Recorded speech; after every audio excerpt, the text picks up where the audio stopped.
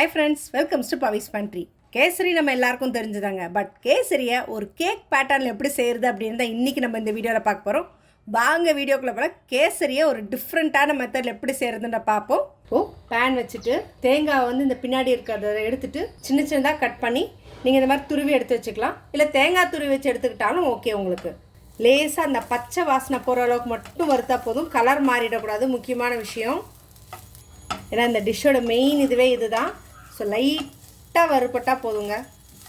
So லேசாக வறுபட்டுருச்சு. இப்போ இதை நம்ம ஒரு பிளேட்டுக்கு ட்ரான்ஸ்ஃபர் பண்ணி இது நல்லா ஆறட்டும். இப்போது ஒரு கப்பில் நான் 1/4 கப் நெய்யும் 1/4 கப் எண்ணெயும் சேர்த்து எடுத்துருக்கேன். இல்லை உங்களுக்கு நெய் மட்டும் வேணுனாலும் நீங்கள் ஆட் பண்ணிக்கலாம். ஃப்ளேவர் எதுவும் இல்லாத மாதிரி எடுத்துக்கோங்க. இப்போது நெய் எண்ணெய் நல்லா காஞ்சிடுச்சு. இப்போ இதில் ஒரு 10 முந்திரி பருப்பு. முந்திரி கொஞ்சம் வறுபட்டதுக்கு அப்புறமா திராட்சை சேர்த்துக்கலாம். இல்லை திராட்சை சீக்கிரம் ஒரு மாதிரி வந்துச்சுன்னா கருகிரும். இப்போது எடுத்து வச்சுருக்க திராட்சை ஆட் பண்ணிப்போம். ரொம்ப வறுபட்டக்கூடாதுங்க, ஒரு மாதிரி கருகின மாதிரி ஆகிடும். ஸோ இந்த ஸ்டேஜ்லேயே நம்ம எடுத்துக்கலாம். இப்போ இதில் நம்ம எடுத்து வச்சுருக்க 1 கப் ரவையை கொட்டிக்கலாம். ரவை நல்லா இதிலே வறுபடட்டும். எக்ஸ்ட்ராவோ எண்ணெயோ எதுவுமே நம்ம ஆட் பண்ண வேண்டாம். கலர் மாறக்கூடாது, ஆனால் அந்த வாசனை நல்லா வரணும். எவ்வளோக்குள்ள எண்ணெயிலையும் நெய்லையும் அது வறுபடுதோ டேஸ்ட் சூப்பராக இருக்கும். நல்லா கொஞ்சம் ஃப்ளேம் ஏற்றி ஒரு 2 நிமிஷம் கைவிடாமல் நல்லா கிளறுங்க. நல்லா வறுபட்டுருச்சு. இப்போ இதுக்கு வந்து 1 கப் ரவைக்கு 3 கப் தண்ணி ஆட் பண்ணிக்கோங்க. தண்ணியை வந்து பச்சை தண்ணி ஆட் பண்ணாமல் தண்ணியை நல்லா கொதிக்க வச்சு ஆட் பண்ணிங்கன்னா நிஜமாகவே இது டேஸ்ட்டு சூப்பராக இருக்குங்க. நார்மலாக செய்கிற மாதிரி இல்லாமல் இந்த மாதிரி செய்யும்போது ரொம்பவே நல்லாவே இருக்கும். நல்லா கொதிக்க வச்சு செஞ்சிங்கன்னா சூப்பராக இருக்கும். ஏன்னா அப்போ தான் ரவை வந்து நல்லா வெந்து உதிரி உதிரியாக வரும். உங்களுக்கு கெட்டி ஆகிடாது. ஆறுனா கூட மறுபடியும் எடுத்து சாப்பிட்ணுன்னு தோணுங்க இது மாதிரி செஞ்சிங்கன்னா. ஸோ நல்லா ரவை சூப்பராக அப்படியே வெந்துருச்சுங்க. நல்லா உதிரி உதிரியாக வந்திருக்கு. இந்த ஸ்டேஜில் நம்ம வந்து ஒரு பிஞ்சு சால்ட் ஆட் பண்ணிவிட்டு சுகர் ஆட் பண்ணிடலாம். ஜஸ்ட் ஒரே ஒரு சிட்டிகை மட்டும் போதும். அப்போ தான் இந்த ஸ்வீட்னஸை வந்து நல்லா சூப்பராக இருக்கும் சாப்பிட்றதுக்கு. நீங்கள் சுகர் ஆட் பண்ணுறதுக்கு முன்னாடி நல்லா வந்து ரவை வெந்துடணுங்க. வெந்ததுக்கப்புறம் சுகர் ஆட் பண்ணாதான் உங்களுக்கு வந்து நல்லா வந்து கேசரி வந்து சூப்பராக வரும். இல்லை அப்படின்னா என்னாங்கன்னா ஒரு மாதிரி வெந்து வேகாமல் இருந்துச்சுன்னா ஹார்ட் ஆகிடும். ஸோ உங்களுக்கு பார்த்தீங்கன்னா அப்படியே நல்லா உதிரி உதிரியாக இருக்கும். ஒன்றோட ஒன்று ஒட்டவே ஒட்டாது, சூப்பராக இருக்கும். இப்போ இந்த ஸ்டேஜில் நான் 1 கப் சர்க்கரை ஆட் பண்ணுறேன். உங்களுக்கு ஸ்வீட்னஸ் கம்மியாக பிடிக்குன்னா நீங்கள் 3/4 கப் ஆட் பண்ணால் போதும். இது கொஞ்சம் பெரிய சர்க்கரை, ஸ்வீட் கம்மியாக தான் இருக்கும். நல்லா சர்க்கரை ஃபுல்லாக மெல்ட் ஆகட்டும். எந்த காரணத்தை கொண்டு ஹை ஃப்ளேம் ஏற்றிடாதீங்க. சிம்மில் இருந்தால் தான் நல்லாயிருக்கும். நல்லா அப்படியே மெல்ட் ஆகும் சுகர் ஃபுல்லாக அந்த ஹீட்டுக்கே. இப்போ இதில் நான் வந்து ஃபுட் கலரிங் ஆட் பண்ணுறேன். உங்களுக்கு என்ன கலர் விருப்பப்படுதோ நீங்கள் ஆட் பண்ணலாம்.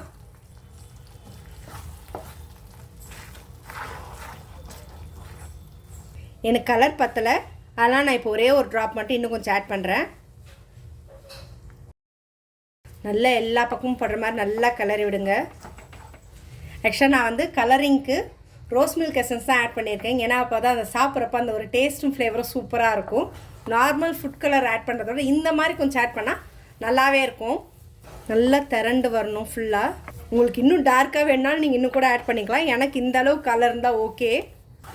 ஸோ நல்லா திரண்டு வந்துருச்சுங்க. இந்த ஸ்டேஜில் நம்ம வந்து எடுத்து வச்சுருக்க முந்திரி திராட்சை ஆட் பண்ணிக்கலாம்.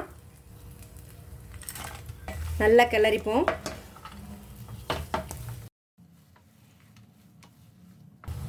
நீங்கள் எக்ஸ்ட்ராவோ தண்ணியோ சர்க்கரையோ எதுவுமே ஆட் பண்ண வேண்டாங்க. நல்லா ரவை வந்து அந்த நெய் எண்ணெயோட இதில் வெந்துருச்சு அப்படின்னாவே நிஜமாகவே செம சூப்பராக இருக்கும். ஸோ இப்போ வந்து ஸ்டவ் ஆஃப் பண்ணிடுவோம். இதை வந்து மோல்டிங்க்கு மாற்றிக்கலாம். இந்த மாதிரி மோல்டிங் பேன் எடுத்துக்கோங்க. அதில் கொஞ்சமாக நெய் தடவிடலாம். நல்லா ஸ்ப்ரெட் பண்ணி விட்டுக்கோங்க. நல்லா சைடில் கூட படுற மாதிரி வச்சுக்கோங்க. அப்போ தான் நல்லாயிருக்கும் அது. இப்போ இதில் நம்ம வறுத்தோம் இல்லைங்களா தேங்காய், அதை வந்து லைட்டாக போட்டு விட்டுடலாம். சும்மா லைட்டாக அங்கங்கே போட்டு விட்டால் போதும், நிறையெல்லாம் போடாதீங்க. கொஞ்சமாக ஃபுட் கலர் எடுத்து ஜஸ்ட்டு கொஞ்சம் கொஞ்சம் அங்கங்கே மட்டும் உங்களுக்கு எந்த மாதிரி கலர்ஸ் எங்கெங்கே வேணுமோ அந்த மாதிரி நீங்கள் வந்து சும்மா அப்படியே ஸ்ப்ரெட் பண்ண மாதிரி கூட இது பண்ணிக்கோங்க. சும்மா அப்படி ஸ்ப்ரெட் பண்ணுற மாதிரி இப்படி போட்டிங்கன்னா நல்லாயிருக்கும் பார்க்குறதுக்கு. இப்போ இதில் நம்ம செஞ்சது எல்லாத்தையும் போட்டு ஃபில் பண்ணிக்கலாம் நல்லா.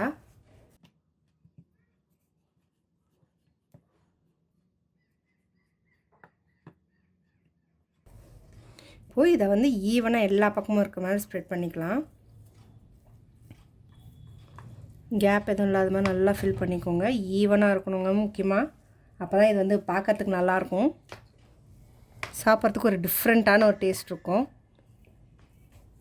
இதுக்கு வந்து கேசரி பவுடர்லாம் போட்டுறாதீங்க. பட் இந்த மாதிரி வந்து இந்த ரோஸ் மில்க்கோ இல்லை பைனாப்பிளோ அந்த மாதிரி எதாவது ஆட் பண்ணிங்கன்னா டேஸ்ட் நிஜமாக செம்ம சூப்பராக இருக்குங்க. மேங்கோ ஃப்ளேவர் இருந்து அதை ஆட் பண்ணாலுமே சூப்பராக இருக்கும். அதுக்கு பசங்க நல்லா விரும்பி சாப்பிட ஆரம்பிப்பாங்க இந்த மாதிரி நீங்கள் செய்யும்போது.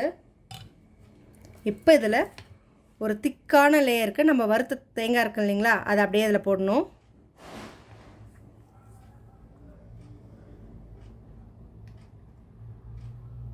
நல்லா ஸ்ப்ரெட் பண்ணி விடுங்க.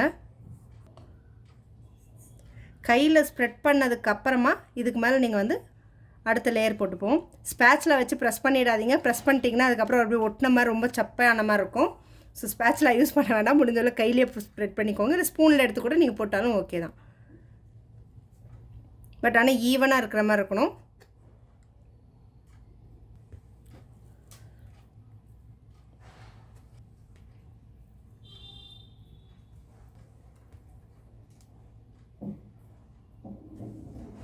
இப்போது ஸ்பேட்சில் வச்சு நல்லா ஈவனாக ப்ரெஸ் பண்ணி விட்டுக்கோங்க.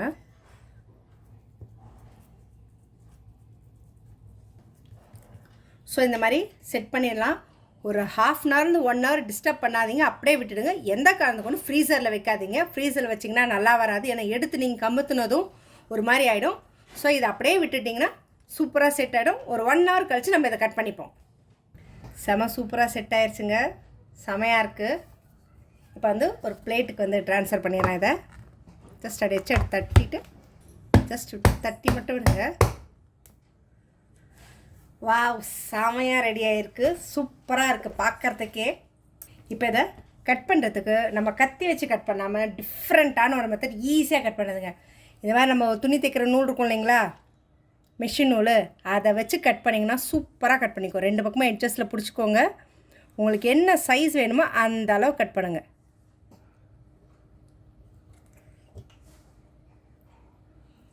இது மாதிரி செம சூப்பராக வரும். நீங்கள் கத்தி வச்சு கட் பண்ணால் கூட அந்தளவுக்கு உங்களுக்கு ஷேப் இருக்குமானா கண்டிப்பாக இருக்காது. நல்லா கீழே வரைக்கும் அப்படியே ப்ரெஸ் பண்ணி விட்டுக்கோங்க. ஜஸ்ட் இதை இப்போது இந்த சைஸ்க்கு கட் பண்ணிப்போம். நல்லா ப்ரெஸ் பண்ணி கீழே வரைக்கும் இப்படி வச்சு விரலை வச்சு இது பண்ணிங்கன்னா தான் கீழே எட்ஜஸ் வரைக்கும் கட் ஆகும். நிஜமாகவே கேசரி இந்த மாதிரின்னு சொன்னால் யாரும் நம்பவே மாட்டாங்க.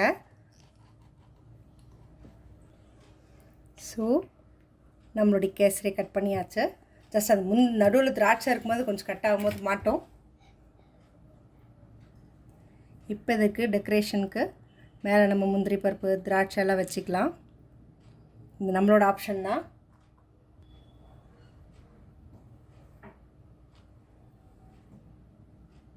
இப்போ ஸ்பூன் வச்சு அப்படியே எடுப்போம். நிஜமாகவே செம சூப்பராக இருக்குங்க. கேசரி இந்த மாதிரி செய்ய முடியும் அப்படின்னு சொன்னால் யாருமே நம்ப மாட்டாங்க.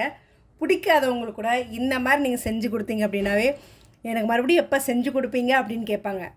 நிஜமாகவே ஒரு டிஃப்ரெண்ட்டான ஒரு ஃப்ளேவர், டிஃப்ரெண்ட்டான ஒரு டேஸ்ட். ஸோ ட்ரை பண்ணி பாருங்கள். நான் சொல்லிக் கொடுத்த இந்த மெத்தட்லேயே ட்ரை பண்ணிவிட்டு உங்களோட கமெண்ட்டை கமெண்ட் பாக்ஸில் கொடுங்க. இந்த மாதிரி இன்ட்ரெஸ்டிங்கான குக்கிங் வீடியோஸ்க்கு என்னோடய சேனலை சப்ஸ்கிரைப் பண்ணிக்கோங்க. பக்கத்தில் இருக்க பெல் ஐக்கானை கிளிக் பண்ணிக்கோங்க, நோட்டிஃபிகேஷன் மிஸ் பண்ணாமல் இருக்கிறதுக்கு.